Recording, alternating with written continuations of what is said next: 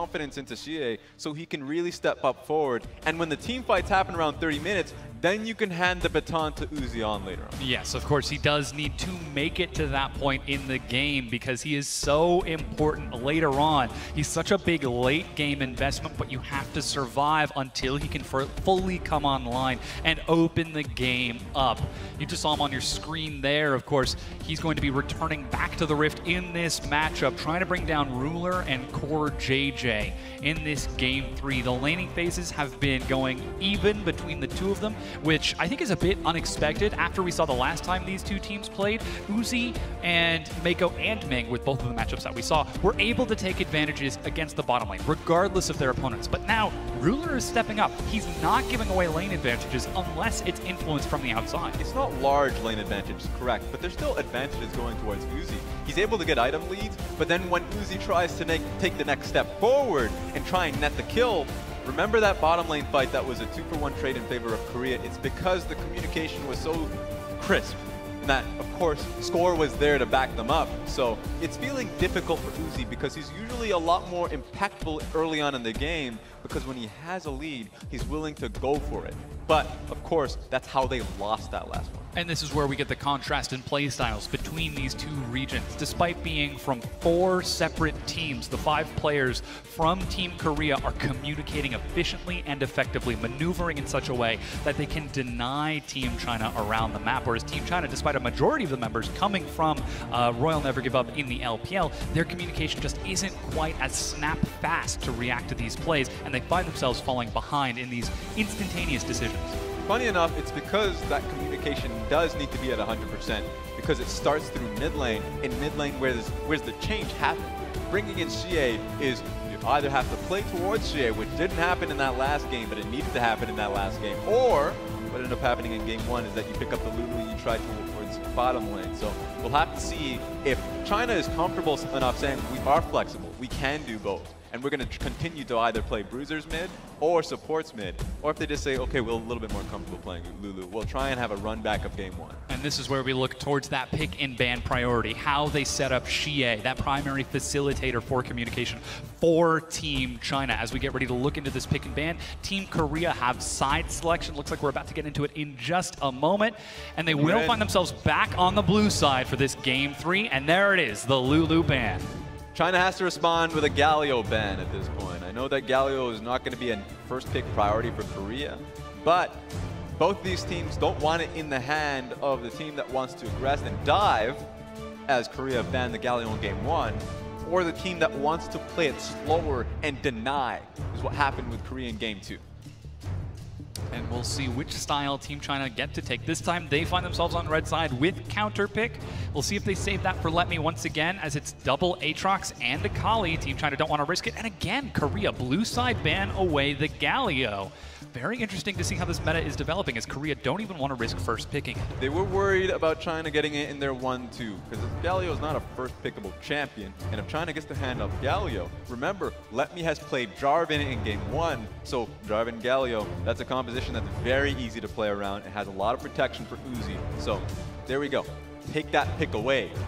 Also just incredible to see that China in red side have much more standard bans. They were already banning Aatrox in the past, but now netting the ban on towards Ryze, which is a flex between Faker and Keen, and Akali, which you're not going to pick yourself. Makes a lot of sense. Now we do see the Varus pickup from Ruler, but it should be noted that a lot of supports are still open. Team trying to get their pick of the litter. Of course, excluding that Lulu, which has been banned away by Team Korea.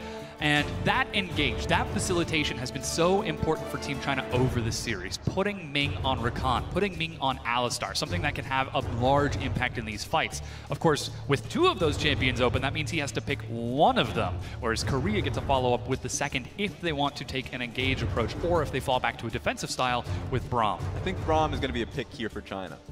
Gragas and Braum are a great 1-2, great defensive pick, so you have a lot of slow in the team fights, or you can just start the fight with Gragas and follow up with Braum a lot more brutish. That being said, Xayah is the lock-in, which now begs the question, is Rakan going to be picked away from China?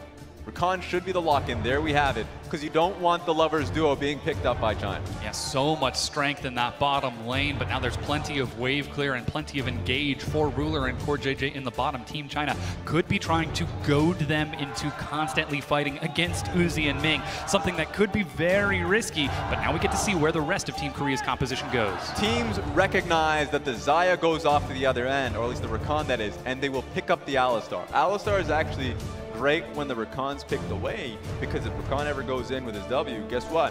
Headbutt, pulverize, that's how you start the fight, and Rakan is exponentially squishier in comparison to Alistar. So this is where you usually see Ming pick that up. That being said, we've got ourselves a Gangplank lock-in for Keen, a champion that has been banned almost all of the times that these two face. It's a big carry, it scales into late game, and it absolutely destroys squishy champions like Xayah if it gets late enough. So the Alistar is picked up.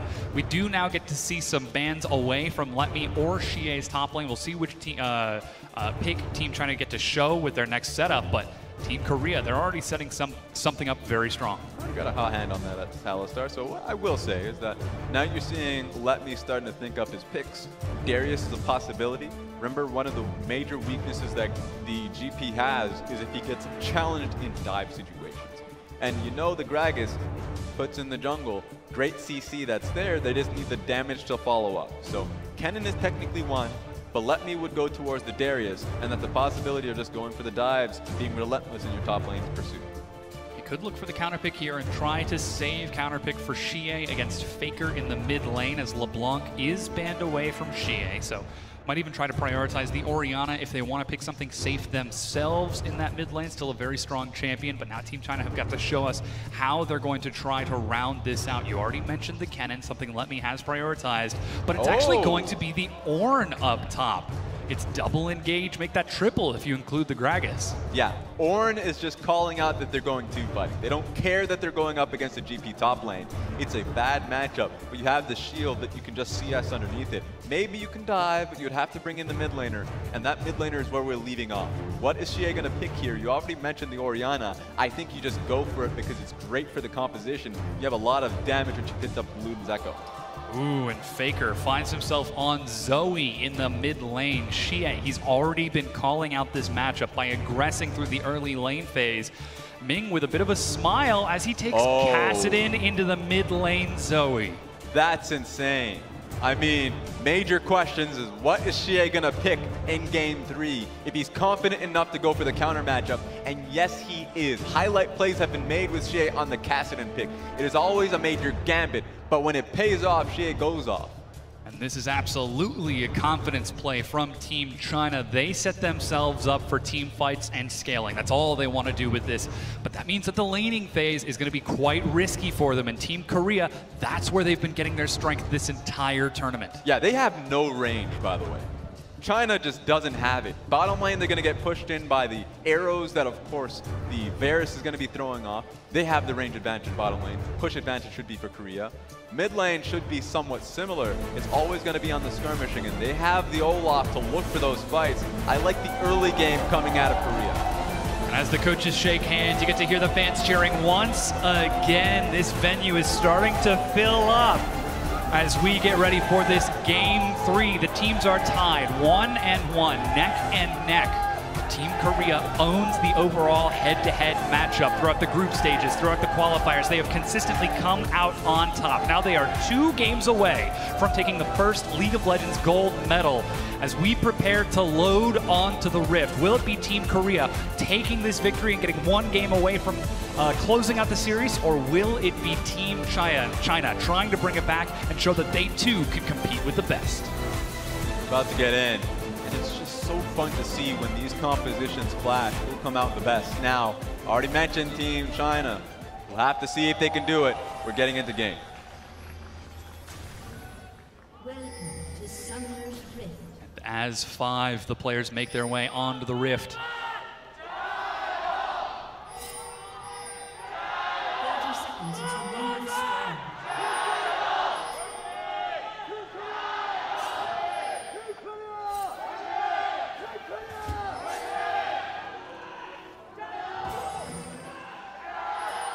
Seems as though the cheering, the fans are running their voices as ragged as we are, Raz, to constantly get these players nice and hyped up for this series. As 60 seconds on the clock so far. Score sets himself up, some nice aggressive vision into Team China's jungle. Ruler's even stepping up towards the blue buff to look for Uzi.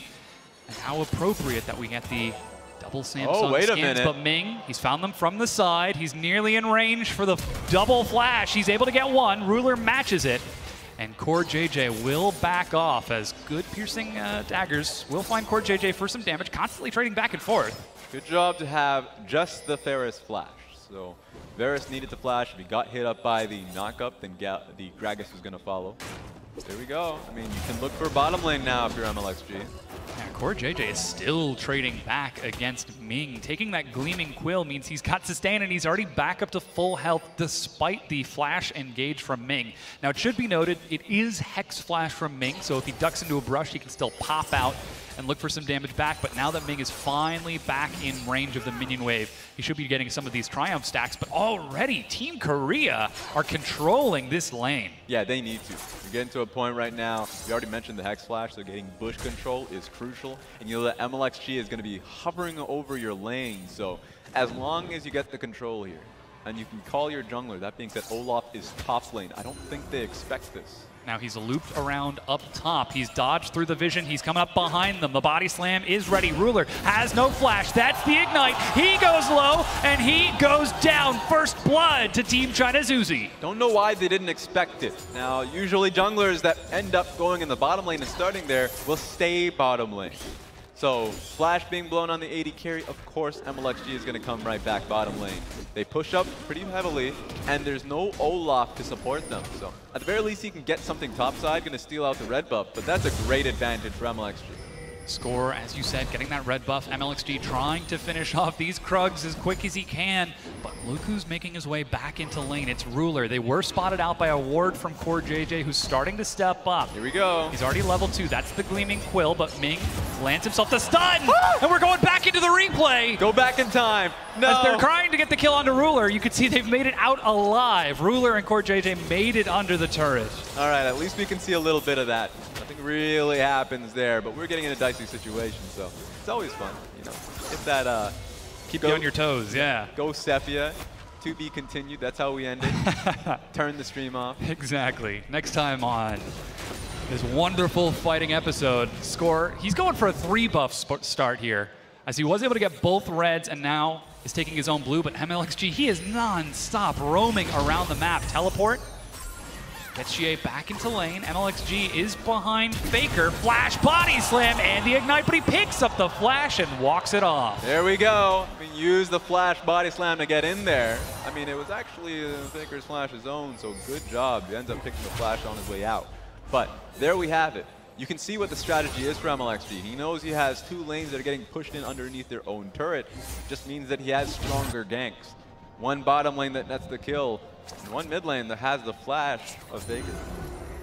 Now that is even more opportunity, constantly channeling that Hex Flash to keep Core JJ and Ruler, who seems to have completed yet another recall. He did die a second time, as I believe that was something that we did just miss. Meanwhile, up top, let me trading with Keen. Here's what I want to see. Zaya's basing with 2 kills in her pocket. I want to see how much gold she has to pick it up. So this is what we missed. The dive that came through. Alistar deals a lot of damage and can tank for some time. So isolated, Varus ends up dying. Yeah, Uzi and Ming, just this 2v2 duo, one of the strongest in the world. They see an opening and they capitalize on it immediately, knowing there's no summoner spells from Ruler. The BF Sword boots start from Uzi. What was supposed to be a strong laning phase from the Varus Rakan, starting to look a little bit dicey as Xie just keeps on taking harass in this mid lane. Faker has got non-stop wave control, but he's not able to do anything with it just yet, though. Scoring Core JJ might be trying to set something up. MLXG caught in the grand entrance. He's chunked down low and dies. Score finds the first kill for Team Korea. Good call on that one. They knew he didn't have flash, so there was no way for him to get out of there. calling in Core JJ, and now it looks like they're setting up for a mid lane dive. One of the major weaknesses of Kassadin is keeping himself safe under tower. So close to level 6, but isn't there yet. He needs to get that Rift Walk in order to escape from this, as even Uzi is backing away. That's the Predator. Now he sees Score. Is forced to turn and run back to the tier 1, but the Undertow misses. He steps up, lands the snare, and Score can't walk forward. Core JJ and Let Me trying to turn this around. A knockup. Battle Dance forces Score's flash out of this. The flash, the knockup over the wall. Let Me wants it, and Let Me has found it. He gets the kill. MFG collapses. GA's level 6. He's got the Rift Walk, and Faker is forced to run and hide, as this is 5 kills to 1 for Team China. That was disastrous for Korea. They tried their hardest to get the kill on towards Uzi, but the members kept coming from China, teleport through from Let Me to hold him down, and then gets the kill. So excellent early game from China immediately. Now you see Ruler on the back foot. Things are looking very dire as the Team China fans are chanting as loud as they can. The Team Korea fans trying to match it and provide that enthusiasm. As we take a look at that once again, it all starts from a dive setup, and Team China just turn it around. They just did not expect how much damage Uzi was going to output, because before the teleport even came through, Score was at half HP, made it easy for the follow-up from Orin to come through, and the flank from Xie to boot. They were all ready for the play once Uzi was safe under tower. Oh, and he even gets the kill on the backside onto Faker. 3-0-2 with Berserker Greaves and that BF sword. The Kassadin, level 6, 1-0-1, no longer has to worry about that early laning phase against the Zoe. And despite Score picking up the first kill for Team Korea, he's got to be able to do something more with it, as MLXG happy to sacrifice his jungle farm to set up these massive lanes. Yeah, he hasn't even completed his jungle item. He's not concerned about it. Predator Gragas means he's just going straight towards his first dude, so just does it now as he's base. But now he's online with his Predator. He's going to be looking towards one of these lanes, and he has the Alistar in the bottom lane. Why not just make a second visit? They might be setting up for Let Me up top. Score trying to control this vision. Even Faker is on this side of the map as they're stealing away the red buff. But MLXG, look at that. He's not even going towards the top side. He's not playing towards Let Me at all. Instead, playing towards the bottom half of the map. Now, Team Korea did set up some defensive vision, so they do spot out MLXG over there. They know that Xie is still in the mid lane, so there isn't a huge threat for any collapse onto the bottom tier 1 just yet, but this could be Team China looking for an opening. To your point earlier, this is just the risk that your style comes about. Level 6 for Olaf, and he's now moving towards level 7 because of the experience he's been focusing on. MLXG is not even 6 just yet. So with how much he's been helping out his laners, he needs to start helping out himself. Once he hits 6, he can help out the lanes, get the cask ready for him. But as of now, he cannot so much look at Score. Yeah, complete self-sacrifice in the jungle. But as we said, this does give Score a large opportunity to try and take a trade, try and bully that Gragas out even more. Still though, Xie constantly trading back and forth against Faker under this turret, as Faker is starting to get some damage whittling down onto it. And the bottom lane Rulers only 13 CS down, but 3-0-2. Uzi is scaling up very strong as he looks for that Storm Razors, and now MLXG will unlock him. Yeah, once he gets Storm Razors, that's when Ruler has to back up. The biggest thing about Xayah is, yeah, she has pretty low range, but her feathers actually make her effective range rather long. It means that you can't play into her. If you try and look for a fight, the back-end damage from her feathers, especially once they're past 3, gets the stun and massive damage. Here comes MLXG. That's the Predator, and Xie's there too. Chains of Corruption misses. Ruler's the target, pinned against the wall. Double knockup, and Uzi is on a rampage. Core JJ escapes, but still Team China playing towards that bottom lane. Flashes over the Recon W. No way that he was going to be sticking down there. So was able to just get right on top of Ruler. Now this tower is going to be the next focus for China.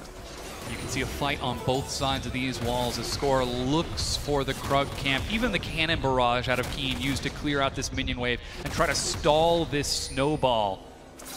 Depends on how risky China wants to play. If the next wave is coming in hot too, it's a cannon wave as well. You can see Gragas still in the area. If they want to, they can try and look for this tower, but you can see Korea is ready. Score sitting in the brush along with Core JJ. MLXG has no flash and has no ultimate, but he's still playing towards that top side, and here we get to see that dive attempt once again. Look how decisive it is. The moment the wave is coming through, at the very least, like Korea recognizes this is going to be an issue. So they're going to be heading on towards their second tower, but You know, Predator Gragas, hell of a drug, already there. Throws him into the wall, flashes over Rakan W. So very easy for them to net the kill the moment they've already got him pinned to the wall. And from that, they're starting to work down that bottom tier 1 turret. Keen, meanwhile, has been snowballing up top. He's about 25 CS ahead of Let Me and is scaling up. That cannon barrage is going to start doing some damage as he looks for the Triforce completion. But bottom tier 1 still holding, but only barely. Storm Razors is finished for Uzi. He hits like a truck if he's able to bring down that turret. That could unlock Ming around the map and allow Team China to snowball the game, but MLXG has found Let Me, forced to take the searing charge back towards the turret as he flashes away from Score's undertow. Yeah, behind enemy lines, he had to get out of there. They didn't expect the Olaf to be topside because Uzi was like, all right, I guess I get a free tower bottom lane now. That's the trade. Now Faker's up top. They manage to catch MLXG as a sleepy trouble bubble from Faker finds him, but the knockup goes sideways and denies any follow-up. Score and Faker at lore help over the wall. Xie finds a kill onto Faker as Ruler gets dove again in the bottom lane. Advantages across the map from China because as we just pan away from the disgusting plays top lane, bottom lane's another dive. Score has to get out of there. Predator gets Score to safety, but only just. He finds a revenge kill onto MLXG, the second kill for Team Korea, but 12 minutes in, it is 8 kills to 2, and Uzi is massive, 5-0-2, breaking down the bottom tier 2 turret, only 12 minutes in. Ruler and Core JJ their cries are happening, they're calling for their team, they ain't being hurt. Top lane dives galore, at least Korea would have gotten something had the dive top lane worked, but Xie comes in, gets the kill on Faker, and at the same time, just knowing that everyone's on the top side of the map, Alistar just goes for it on towards Ruler. So 2 of their major carries already far behind. Now they're looking towards this Mountain Dragon. Team China trying to expand this advantage. And though Score is nearby, he's got no smite, he's got no flash, he's got no chance.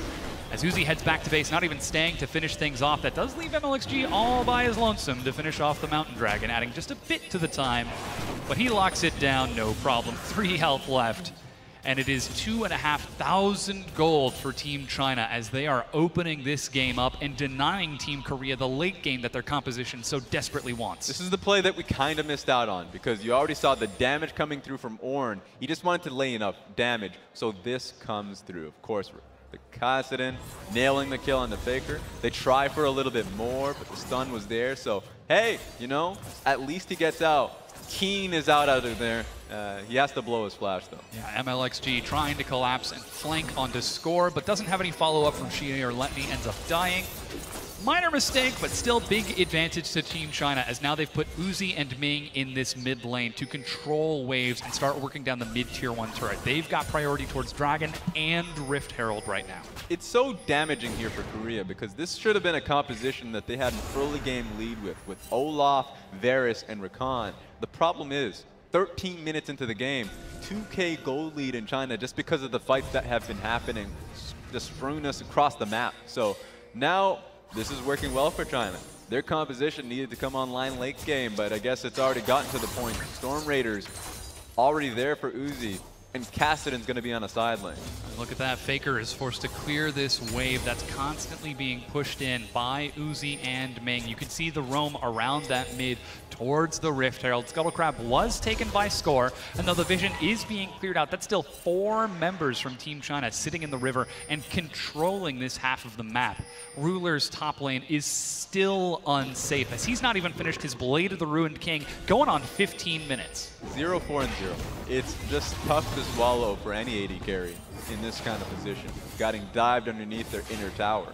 Now that's Score actually trying to collapse onto Xie, it looks like. He turns around, caught by Core JJ as Uzi looking for an opportunity in, but that's a good charm from Core JJ. They managed to get the shutdown onto Xie as Team China overextend for the blue buff. They get it, but lose their mid laner. Sleepy Trouble Bubble is ready. Let Me turns around to sacrifice himself.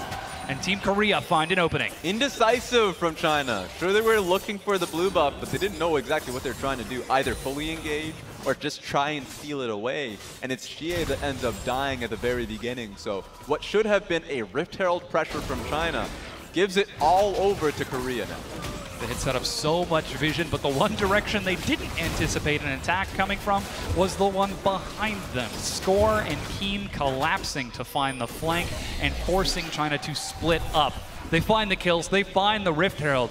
They could find an opportunity back into this game. Yeah, if you make a mistake against this composition Korea has, you will get chased down. Olaf there with Predator is going to chase you down, multiple slows there. And the Sleepy Trouble Bubbles, if one hits, it's going to keep hitting. Lower cooldown with more that it sends out, so that's the problem that you have here. A lot that Korea can use can take an advantage that they have and then turn it into a large one. As the game goes on, 30 minutes and beyond, that could just be the difference between making one mistake and a team wipe. Currently, that mistake could be the mid-tier 1. China trying to catch the recall timing of Team Korea. Ming actually going for the knockup, but that's a grand entrance.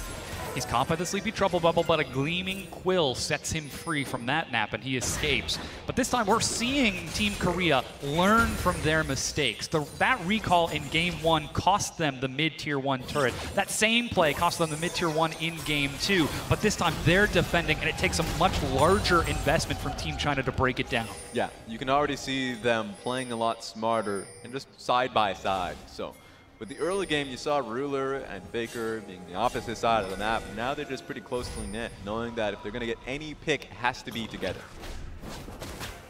That being said, that does mean that Team China will have to invest so much more to find those kills. Rift Herald still sitting in Score's pocket. He's got about 2.5 minutes left on that duration, so plenty of lanes to choose from. Just needs to wait for an opportunity for Team China to make a mistake. The mid-tier 1 already taken so low by Faker's presence during the laning phase. Bottom already chunked down to half. Even top has taken some damage from Keen. The good thing about the Rift Herald is that it's just a flat denial from China having it. I don't see much value in Korea being able to use it because they can't follow up if it goes in towards the second tower. The moment it does, you'll see Kassadin on a flank alongside the Gragas pick. China wants the fight. Korea cannot give it to them, so they have to use the Rift Herald, but then abandon it. Very well could be the opportunity for Team Korea if they want to try to pull Team China apart. Of course, plenty of flexibility with where he ends up playing that. That's where Team China need to rely on vision to track where that Olaf is going so that they can react appropriately for when that Rift Herald gets dropped down. But they've got control of the bottom lane through Let Me, pushing the wave into Keen and trying to keep him busy down bottom. He's sitting on the Ignite for now, as Unsealed Spellbook has not cycled back over to that teleport, so it is a brief teleport advantage for Keen. But still, it's constant maneuvering around the vision. Where is Score going to go, and where is he going to drop that Herald? Especially now that it's 30 seconds to the next dragon and 90 to Baron. For how long it's been stalled out, it's going to turn into a trade. It's going to have to be China saying, hey, maybe you take the top lane tower, but we've already set up towards a dragon. We'll be able to get a second dragon for our team. That's where China would end up being able to give away, let's say, a Rift Herald push. Now they are setting up a trap on the bottom side wow, of the jungle. that's That's one way to do it. Call of the Forge God. They've found Keen. He's got a flash, but isn't even going to try burning it as they find the kill. Uzi is dominating as he finds yet another kill. That's the benefit of taking an inner tower pre-20 minutes into the game. But look at the trade. They see the Rift Herald used up top, and they're looking for the inhibitor turret pre-20 minutes. Core JJ is forced to back up. Ming eats a huge hit from the Paddle Star, but the inhib turret goes down. MLXG eats a Paddle Star and is forced to step back. Uzi caught by the slow, but a snare prevents Ruler from stepping forward. And look at the damage from Xie. Core JJ gets forced back in a flash. Sleepy Trouble Bubble has found Uzi. He heals, and his team is set to block and keep him alive. Ming takes the hit as that's Ignite used onto Faker. He doesn't find the kill, but he stalls this out. Yeah, you had to be aware of the Sleepy Trouble Bubbles coming through, not just because it's going to pick out Uzi, but because it slows down the pace and allows the rest of the team to chase him for a fight. So, at the end of the day, that's a really good trade from China as long as they can hold the top lane turret from dying. I mean, they're certainly trying to. Xie is on his way up there to clear out Rift Herald. And with Score back on the map, he's able to dissuade Team China from stepping onto the dragon. It is only a cloud, so not huge incentive, but with the mountain already stacked up, that does reduce the impact of an inevitable Elder Dragon if this game goes on long enough. So the trade ends up paying off. Inhib turret for a top tier 1. Roll the dice, let's see what the next dragon is. Stay as a Cloud Dragon, which is actually good for Korea here. Olaf with Predator chasing you down with in-combat movement speed is going to be a big plus to score. Oh yeah.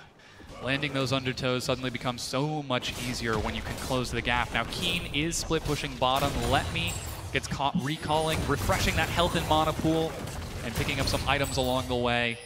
Keeps the bottom tier 1 standing, but still no teleport from Let Me.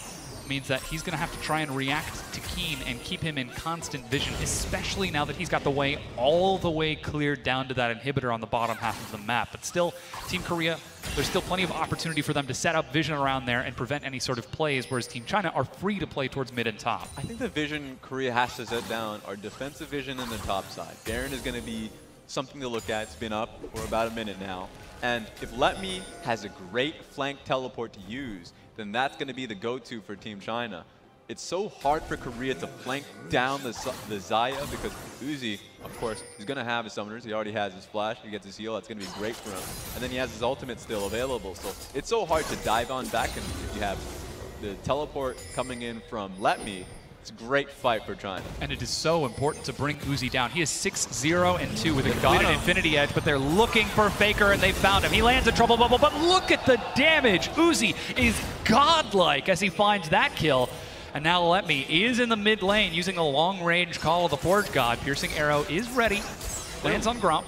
Routing them to the top side of the map. I wonder if they're going to go towards the Baron or continue to push through mid. Not really making a decisive call here. It's going to be hard for Core JJ to come back into the mid lane. They're buying time for Xie to push top for the tier 1 and further limit the mobility of Team Korea around the map. Open up these opportunities for Let Me to land the big call of the Forge God knockup. Xie, with his completed Rod of Ages and that Zanya's Hourglass, finishes off the top tier 1 and even goes so far as to deny the minion wave. QSS just built up by Uzi, even finished off his Infinity Edge. 3 items and a QSS. Uzi is such a good position right now in these fights. We already mentioned how slippery he was going to be with his ultimate. Now, I wouldn't even touch him at this fight. You have to try and focus on the Gragas or the Kassadin before you even touch towards the AD carry. And that is a very scary proposition when you consider that that is a Gragas that is building tank. That is a Kassadin who is highly mobile with the Zanyas and the Flash. Yep. If that's the trade-off that you've got to worry about, then Team Korea might be in trouble. But Score, he's trying to set up some vision around this Baron pit, but Team China just group up once again, playing the exact same vision game, the exact same play. If it worked once, don't try anything fancy, just keep on doing it to open this map up. Battlestar looking for some damage. Even the Sleepy Trouble Bubble zones them away, but Team China are just controlling their waves. And I think Korea now has to change their priority. I mean, looking for Sleepy Trouble Bubbles were nice before, but now there's just, you've gotten to a point in the game where Alistar can tank it for free along with Horn. It has to be around the barrels that Gangplank has. Gangplank at this stage of the game is in the bottom side, but if he joins up with the team, he already has a hefty amount of damage. If he can just cope down the Kassadin or Uzi, that's your way to come back. Ooh, that one lands, but just out of range.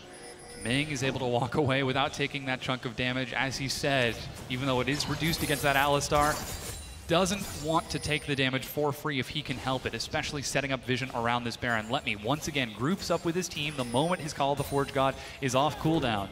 Yes, Warmogs too. It's incentivizing for them to play around Baron. They can just continue to touch it, and then if they feel like they need to move back, then he gets the full health back. Now Keen is split pushing bottom. Team China see this is happening. They trade the bottom tier 1 turret and turn onto the Dragon. They've cleared out vision in the river. Ming and Xie are there on the side. Core JJ steps up. He's got the flash, quickness, grand entrance, even the teleport from Keen. He immediately follows it up with that teleport and the cannon barrage. Ming eats the Sleepy Trouble Bubble. And the teleport is completed, so they're grouped up as 5, but the Baron is dissuaded. It's good that the damage came on towards Xie and MLXG, because if any more damage came on to Let Me, remember he had Warmogs. He was tanking the Baron for free for a reason. He knew he was going to be able to heal back. So basing from China as a whole, means a free tower for Korea mid lane. Yeah, not just one, but two. The bottom tier 1 turret and the mid tier 1, bringing it to 3 turrets to 5, and they've already chunked out that top tier 2. We're at 25 minutes into the game, approaching that late game mark. Gangplank at 2.5 items. This recall is going to net him something big at nearly 300 CS, 25 minutes in. Keen has been split pushing to his heart's content, and if he manages to find Uzi in a team fight with a barrel, with a parlay, that is a very, very dead Xayah. Still, it's a constant vision game for Team China. They've found picks before. Can they find them again?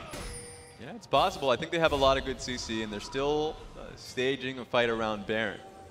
Their plan is not going to change anytime soon. It's going to have to be Korea setting up an even better fight around Rakan's ulti. So they can get the charm, maybe a follow-up on Varus ulti. Then they can try and pick at the very least, I would say Ming. Ming is the person you want to find out. If you blow his ultimate, then you can always re-engage. Let me feigns aggression as he charges into the wall. Xie is split pushing bottom against Keen, level 15 to level 16, as Last Whisper was the item purchase. He's forced to Rift Walk away. That barrel lands, and Xie uses even more of his mana to back out, but the Cloud Dragon has spawned, and they've got control over mid and bottom. Team China could just take the consolation prize instead of looking for a pick, but that leaves them off the side of the map with that Baron. This kind of changes things. The fact that Xie can't take that 1v1 versus Keen, but here we go, Ruler's caught out. Ming has found him. That's Blade of the Ruined King. Looking for the stun and lands it. Call of the Forge got in the cast, pulls him back in. He flashes sideways to dodge the knockup. Ming tanking these hits, but flashes away. Uzi steps up, and that's Core JJ flashing out of this as Keen lands a big hit. But Uzi's still standing. So close to get the kill on towards Ruler. That was a perfect cast from the Gragas. But they know that he's had to abase now, which means the pressure is there towards Baron. If I'm China, you just started. The wave is pushed in. Uzi's back at full health, and like you said, Baron could be what Team China turned towards. There's lots of vision from Team Korea and Faker sitting in the river. Seeing that, Team China instead just to set up some vision, play it safe, and play it defensive. They don't want to risk turning it or taking any team fight that could go sour because death timers are getting pretty big. While they still have an advantage, it's not as large as it once was. Only 2,500 gold lead for Team China. Yeah, lost team fight will turn into an inhibitor for sure. And that's where the problem is lying here because China found that window. Base timing on the AD carry should have meant Baron for them, even a better team fight if Faker and Score tried a challenge. But they decided against it, which means that the threshold for what makes a better team fight for China is a little higher. It means that they need to get a better cast if you are MLXG. And that's constantly playing around the vision, looking for those flanks like we just saw onto Ruler and Core JJ. 3 summoners down on them means they could try to look for the same 2 players, but already Team Korea are moving as a unit to deny that. Mercurial Scimitar has been picked up by Uzi, so he is absolutely huge at 4 full items, level 15 in this game. But once again, despite a strong and absolutely dominant laning phase from Team China, Team Korea have been able to stall it out and deny any further presence from Team China. They made it all the way to the inhibitor res, but they haven't been able to break down the base and get closer towards the Nexus than just that push. But, ooh, that Paddle Star, very close. Sleepy Trouble Bubble forces him to feign back and Score, lands an Undertow. It's just because there's no wave clear here from China. Ornn and Kassadin need the setup, and here's one. That's the call of the Forge God. Cannon Barrage steps forward. Faker forced to flash away. Ming with a 3-man knockup. Core JJ looking to go in from the side. They found Xie. He activates the Zayas, but Uzi steps up, finds himself the first kill. Blade of the Ruined King. Heal matches at the flash. The auto, he gets the double kill. Cleanse to get away from the Sleepy Trouble Bubble and finds himself yet another kill. It was just enough, and it was so close too. Xie would have died in that situation, but he had the Zhonya's, held it tight, stayed alive, and that's a 2-for-0 for China. Now the Baron is started. Blue Trinket spots this out, but with Let Me tanking, Team China are going to shred through its health. Uzi is huge. Score and Faker along with Keen are in the mid lane. They're not even going to risk heading over towards the pit with Xie zoning them away. And the Baron goes down. Team China are back in the lead. What a series this is. Every time you have any doubts towards China and them being able to find a team fight versus Korea, they get thrown away immediately. Good picks across the board. It starts with a triple knockup coming in from Ming. So take a look at this. because this is key. Horn slowing down Faker. By the time the fight really starts, Faker's out of it. There's no way he wants to join this anymore. And then you can see people grouping up. First kill from Uzi. He follows it because he's got that movement speed. He flashes forward too to get the second one. He is massive this game. Oh yeah. 9-0-2.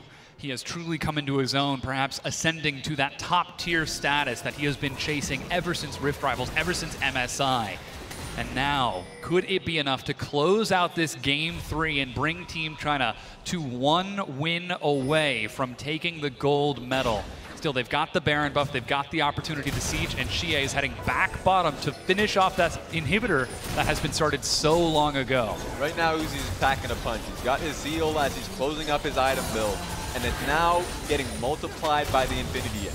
It's just been there, giving him 60% crit for a little bit, but now as he's starting to close out his build, he'll be at 100% once he's finished it up. So, really well done. Uzi's going to be who you play around. Bringing in these Baroned up creeps all the way to the middle inhibitor turret.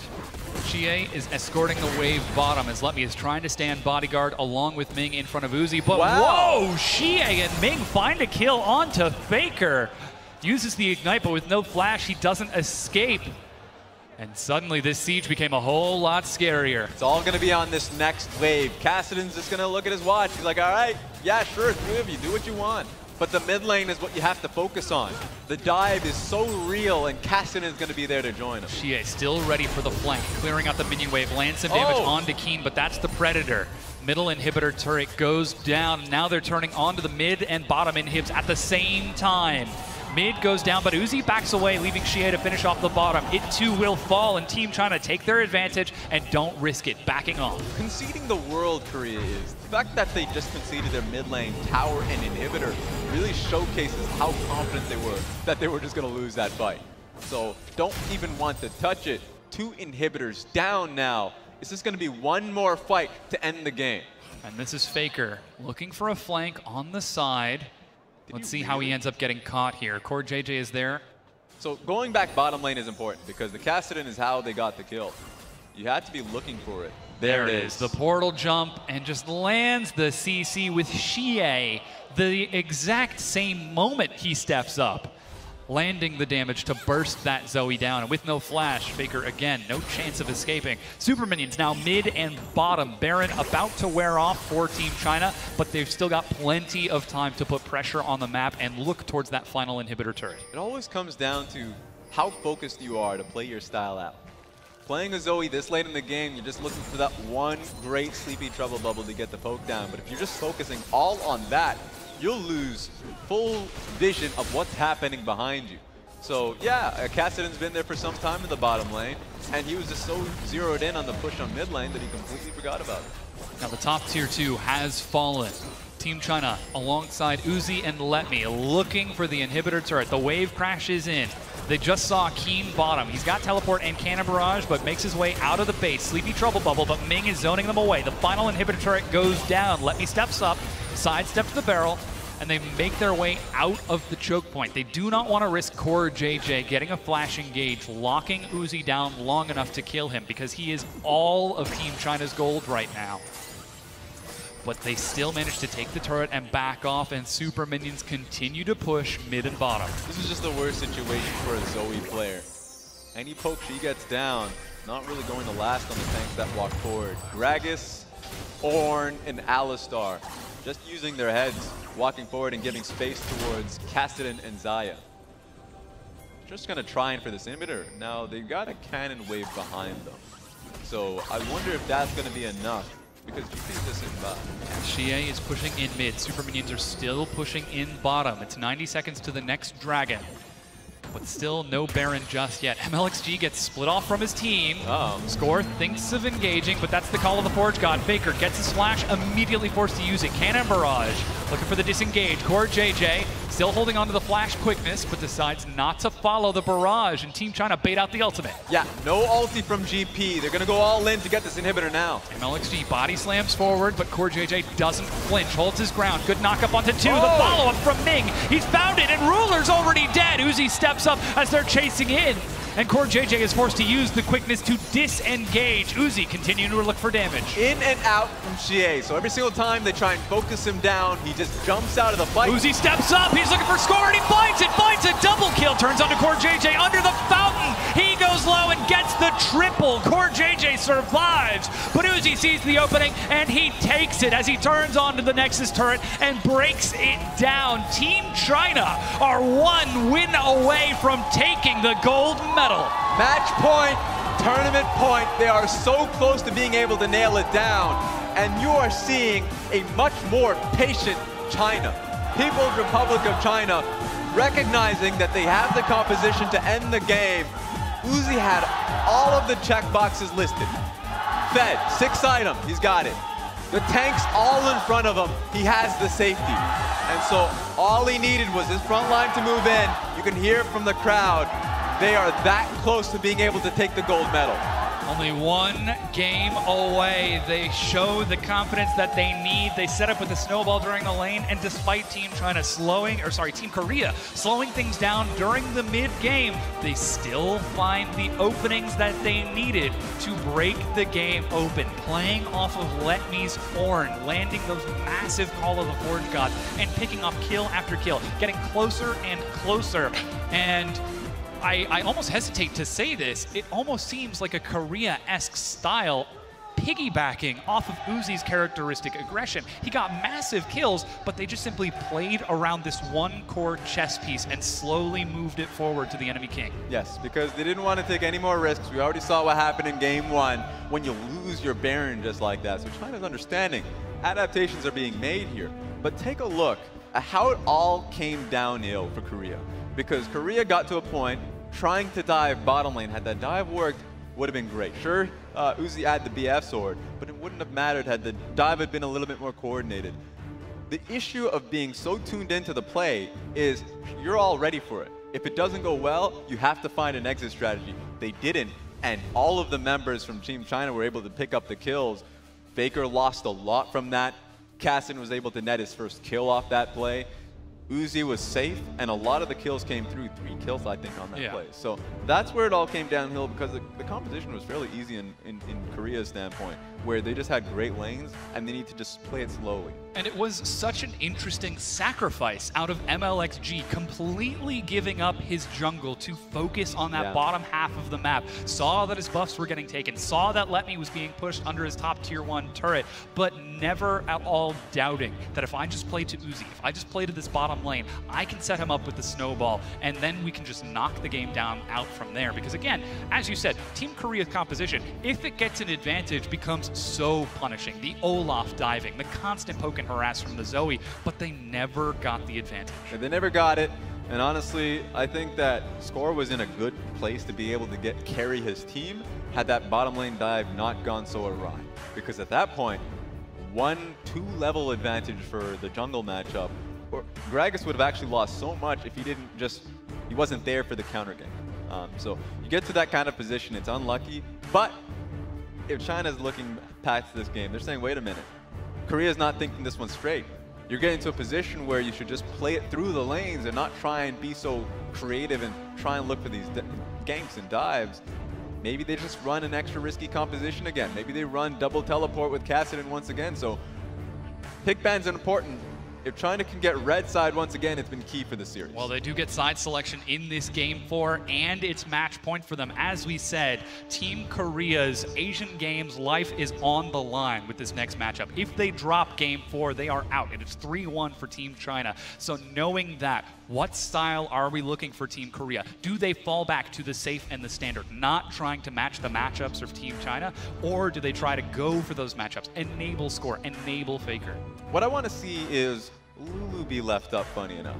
I want to see something that Faker can play here. As you already see, the man of the match will easily go towards Uzi. Had a phenomenal goal, 45% damage percentage. Oh yeah. He was the one dishing out the damage. So to my point, once again, it's a bit risky, it's a risky call, and sometimes people won't go for it because you're in a match point setting. But Faker is an incredible Lulu. You want to be able to buff up the Kindred or whatever jungler that Score wants to present. And you get to a position where you just isolate about jungle and mid.